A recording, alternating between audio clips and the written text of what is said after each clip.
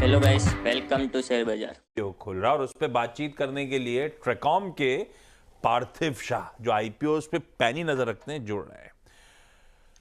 भाई गुजराती डायस्पोरा भी बड़ा दबदबा रखता है यूएस में। किसके लिए वोट डाले आपके परिजनों ने?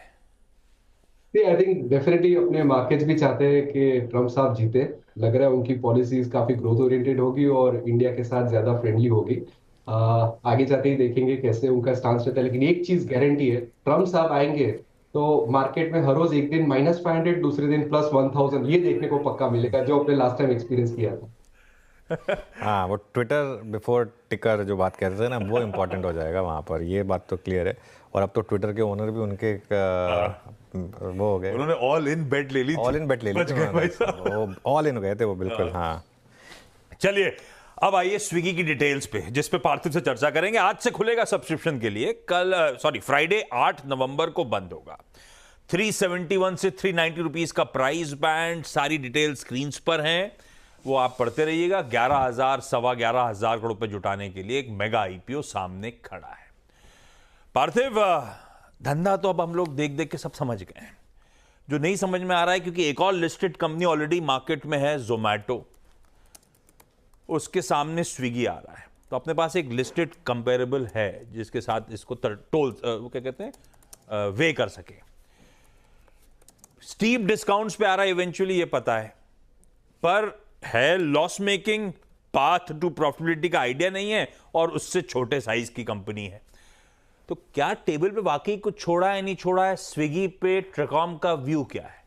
देखिए आशीष जी, एक चीज मैं बताऊंगा, पिछले एक साल के अंदर ये कंपनी ने इतना सारा प्री आईपीओ किया है, और if I am not wrong, pre IPO का जो प्राइस बैंड है समवेयर बिटवीन 325 टू 350 के बीच में काफी प्री आईपीओ हुआ है। और अभी जो आईपीओ का प्राइस है वो 371 से 390 है।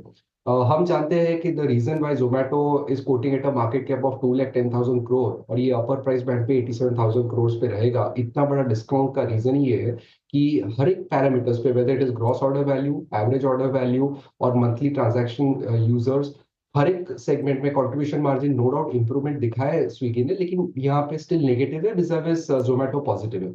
एक चीज हमें भूलनी नहीं चाहिए, जब जोमेटो का आईपीओ आया था 1 डेढ़ साल तक ये कंपनी ने भी काफी स्ट्रगल किया था, और मार्केट के पार्टिसिपेंट्स ने इन कंपनीज को पार्ट टू प्रॉफिटेबिलिटी के लिए काफी गाइड किया था, इन द सेंस कि that was what the expectation was, until then valuation नहीं मिल रहा था। मुझे लग रहा है स्विगी भी यही चीज अडॉप्ट करेगा आगे जाते। आइडियली मुझे लग रहा है कि अगर इन्वेस्टर्स को, ऐसा जरूरी नहीं है कि आईपीओ में ही भर के रश करें, मार्केट में अगर प्राइसिंग में अगर 335 330 के आसपास अगर मिलता है किसी को, तो यहाँ पे पोजीशन बढ़ा सकते हैं। आईपीओ में लिस्टिंग गेन्स डेफिनेटली टेपेड रहेगा, बिकॉज मार्केट हमेशा स्केप्टिकल रहता है कि यहाँ से इंप्रूवमेंट कैसा देखेंगे, लेकिन डेफिनेटली काफी इंटरेस्ट है। ये पूरा जो फूड सेगमेंट है, डिलीवरी सेगमेंट है और क्विक कॉमर्स सेगमेंट है, ये 25 टू 30% का ग्रोथ एक्सपेक्ट कर सकते हैं। आइडियली वैल्यूएशन किसका ज्यादा रहेगा विल बी बेस्ड अपॉन कौन कितना मार्केट शेयर गार्नर कर सकता है। मुझे लग रहा है कि स्विगी के पास ये क्षमता है कि it will show part to profitability and can give good run for the money to people like Zomato. बिल्कुल। खैर, सही बोल रहे हैं पार्थिव, लेकिन पता है, मुझे लगता है कि ये जो गैप है ना, ये इवेंचुअली एक अपॉर्चुनिटी बन के आएगा आपके लिए। मतलब ये जो जोमेटो के कंपैरिजन में स्विगी हाँ, डिस्काउंट मतलब इतना ज़्यादा जो गैप है। देखिए, जोमेटो हर पैमाने पे बेटर है, इसमें कोई डाउट नहीं है। मार्केट शेयर हो, चाहे परसेप्शन हो, चाहे जो मर्जी हो, सब में बेटर है, इसमें कोई डाउट नहीं है। लेकिन बिजनेस तो वही है, दोनों के सेम है।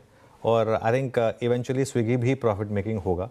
और ये एक मेरे ख्याल से तो आईपीओ इन्वेस्टर का भी पैसा बनेगा, और लिस्टिंग के बाद लगाएंगे तब भी बनेगा पैसा, क्योंकि कुछ छोड़ा है टेबल पर।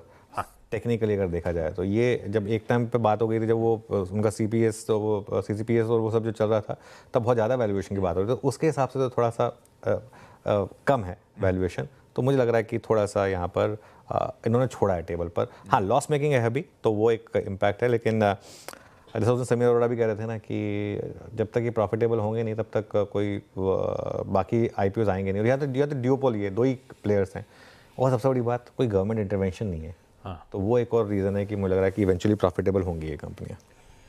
पार्थिव